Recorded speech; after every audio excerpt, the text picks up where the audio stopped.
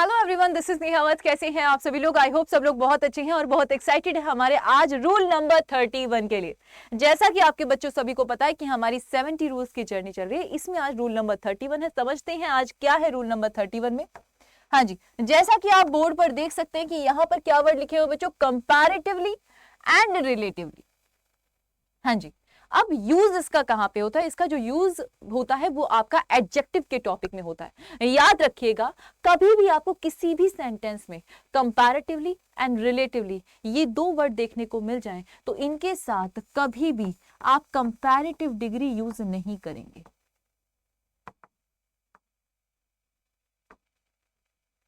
हाँ जी, आपको जो एरर आती है इसमें सिर्फ एक ही टाइप की एरर बनती है कि कंपैरेटिवली के साथ रिलेटिवली के साथ आपको कंपैरेटिव डिग्री देखकर को मिलती है। याद रखिएगा, जब भी कंपैरेटिव की बात होगी या फिर रिलेटिवली, ये दोनों ही वर्ड आपका ऐसा मीनिंग देते हैं जिसमें कंपैरिजन ऑलरेडी इंक्लूड होता है, तो इसके साथ हमें कभी भी कंपैरेटिव डिग्री लगाने की जरूरत नहीं पड़ती। अब आप कहेंगे मैम कंपैरेटिव डिग्री नहीं आएगी तो क्या आएगा? बच्चों याद रखिएगा, इसके साथ हमेशा आपकी पॉजिटिव डिग्री आती है। एडजेक्टिव की हमेशा कौन सी डिग्री आती है? हमेशा पॉजिटिव डिग्री का इसके साथ यूज आता है, कभी भी आपका कंपैरेटिव डिग्री नहीं आएगी। फॉर एग्जांपल्स अगर आपको मैं कुछ सेंटेंसेस दूं यहां पर करने के लिए, तो यहां पर कुछ सेंटेंस है, इसको ध्यान से पढ़िएगा और समझिएगा मेरे साथ कि किस तरीके से ये आपके एग्जाम्स में आते हैं और किस तरीके से अगर आपके एग्जाम्स में आएंगे तो आप इन्हें सॉल्व करेंगे। देखिए लिखा हुआ है, this problem is relatively easier than the precious one, मतलब प्रीवियस वन। मतलब ये जो प्रॉब्लम है रिलेटिवली कैसी है मैम? इजियर है, इजी है। किससे? प्रीवियस वन से, पुरानी प्रॉब्लम से, जो प्रीवियस प्रॉब्लम थी। अब देखो यहाँ पर एक सब्जेक्ट का कंपैरिजन किससे हो रहा है मैम? दूसरे सब्जेक्ट से।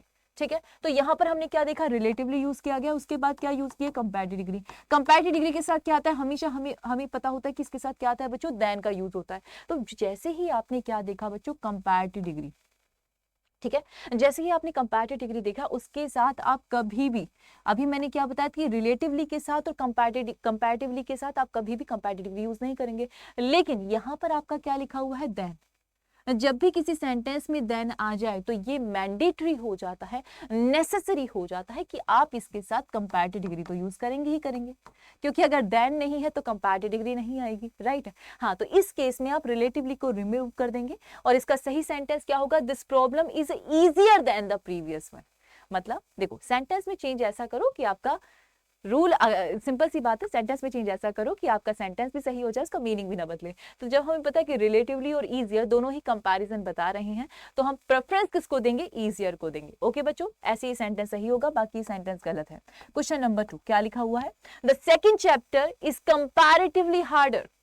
अब ध्यान से पढ़िएगा कि यहां पर देन था, इसके लिए मैंने क्या यू चूज किया? कंपैरेटिव डिग्री, क्योंकि देन के साथ कंपैरेटिव डिग्री जरूरी होती है। लेकिन जैसे ही मैंने सेकंड सेंटेंस पढ़ा, क्या लिखा हुआ है? The second chapter is comparatively harder. अब यहां पर क्या लिखा हुआ है? कंपैरेटिवली। फिर से कंपैरिजन बता रहा है। अब कंपैरिजन का मतलब यहां पर ये नहीं होता कि आप किसी एक सब्जेक्ट का दूसरे सब्जेक्ट से या ऑब्जेक्ट का किसी दूसरे ऑब्जेक्ट से कंपैरिजन बताएंगे। यहां पर किसी चीज को बेटर बनाने के लिए, किसी चीज को बेहतर बनाने के लिए भी आप कंपैरेटिव डिग्री का यूज करते हैं। ठीक है, तो जैसे ही आपने क्या कहा? हार्डर। हार्डर अपने आप में क्या है? Comparative degree. लेकिन इसके बाद देन नहीं है, तो मेरी मजबूरी नहीं है, मेरी नेसेसिटी नहीं है कि मैं यहाँ पर कंपैरेटिव डिग्री लगाऊं। ठीक है, तो इसी तरीके से हम क्या चेंज कर सकते हैं? अब यहाँ पे कंपैरेटिवली भी आपका कंपैरिजन बता रहा है, हार्डर भी कंपैरिजन बता रहा है, तो आप क्या प्रेफरेंस देंगे? कंपैरेटिवली के साथ क्या यूज करेंगे मैम? Positive degree. हार्डर की पॉजिटिव डिग्री क्या होती है? हार्ड। तो ये जो सेंटेंस होगा कैसे सही होगा? ये सेंटेंस कैसे सही होगा कि the second chapter is comparatively hard. You don't need to use harder. Okay, got it. चलते हैं आपका क्वेश्चन नंबर 3 पे क्या लिखा हुआ है? His performance was relatively better in the second match. मतलब आपकी जो परफॉर्मेंस थी वो रिलेटिवली बेटर थी, किसमें? सेकेंड मैच में। तो जैसे ही आपने क्या देखा? बेटर। बेटर क्या है? Comparative degree. क्या उसके बाद देन है? नहीं है, तो इसके बाद इसका मतलब हमें जरूरत नहीं है कि हम कंपैरेटिव डिग्री लगाएंगे ही लगाएंगे। इससे पहले क्या यूज है? रिलेटिवली। रिलेटिवली हो, कंपैरेटिवली हो, आपका क्या बताता है? कंपैरिजन ही बताता है। तो आप इसके साथ या क्या यूज करेंगे? कंपैरेटिव डिग्री तो यूज नहीं करेंगे। रिलेटिवली के साथ क्या आता है? पॉजिटिव डिग्री आती है। तो बेटर की पॉजिटिव डिग्री क्या होगी मैम? गुड। तो इसे कैसे कह सकते हैं बच्चों? इसको कहा जा सकता है his performance was relatively good in the second match. That will be the correct. I hope कि आपको ये कॉन्सेप्ट अब क्लियर हो रहा होगा। क्वेश्चन नंबर 4 मेरे साथ सॉल्व कीजिएगा। क्या लिखा हुआ है? This road is comparatively wider than that one. एक रोड का कंपैरिजन दूसरी रोड से हो रहा है। कंपैरेटिवली के साथ आप क्या यूज कर रहे हैं बच्चों? Comparative degree. उसके बाद देन है, क्योंकि यहाँ पर देन है, कहीं ना कहीं कंपैरेटिव डिग्री लगाना जरूरी है। तो यहाँ पर मैं किसको रिमूव करूंगी मैम, कंपैरेटिवली को। इसको रिमूव कर दे तो हमारा सेंटेंस का मीनिंग भी अप्रोप्रिएट होगा, रिडंडेंसी भी नहीं आएगी, एक्स्ट्रा भी वर्ड यूज नहीं होंगे और सेंटेंस भी बिल्कुल ठीक हो जाएगा। ठीक है, तो सेंटेंस आपका गलत होगा। अगर इसे सही बनाने के लिए क्या करना पड़ेगा मैम, सिंपल सी बात है, आप कंपैरेटिवली का यूज नहीं करेंगे। क्वेश्चन नंबर 5 क्या लिखा हुआ है, the task is relatively simpler than we expected. वही चीज है, क्योंकि यहाँ पर देन लगा हुआ है बच्चों, हमें पता है रिलेटिवली के साथ कंपैरेटिव डिग्री नहीं आती, लेकिन सेंटेंस को कंप्लीट मीनिंग देने के लिए, एक सब्जेक्ट का दूसरे से कंपैरिजन करने के लिए हमें देन लगाना जरूरी है।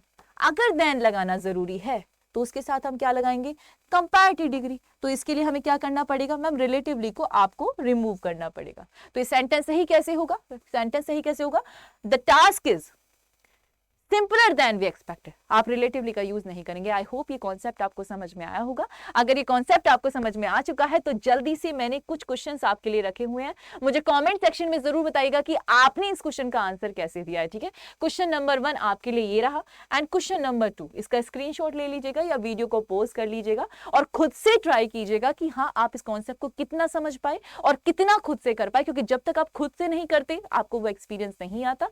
इसके अच्छा एक और चीज है, इस वीडियो को यहीं पॉज कर देना, क्वेश्चन सॉल्व करने के बाद आपको नेक्स्ट स्लाइड पर आप जैसे ही जाएंगे यहां पर आपके आंसर्स मेंशन है, तो जरूर देखिएगा, ये मैच करिएगा कि आपके आंसर्स मेरे आंसर से मैच हुए या नहीं हुए।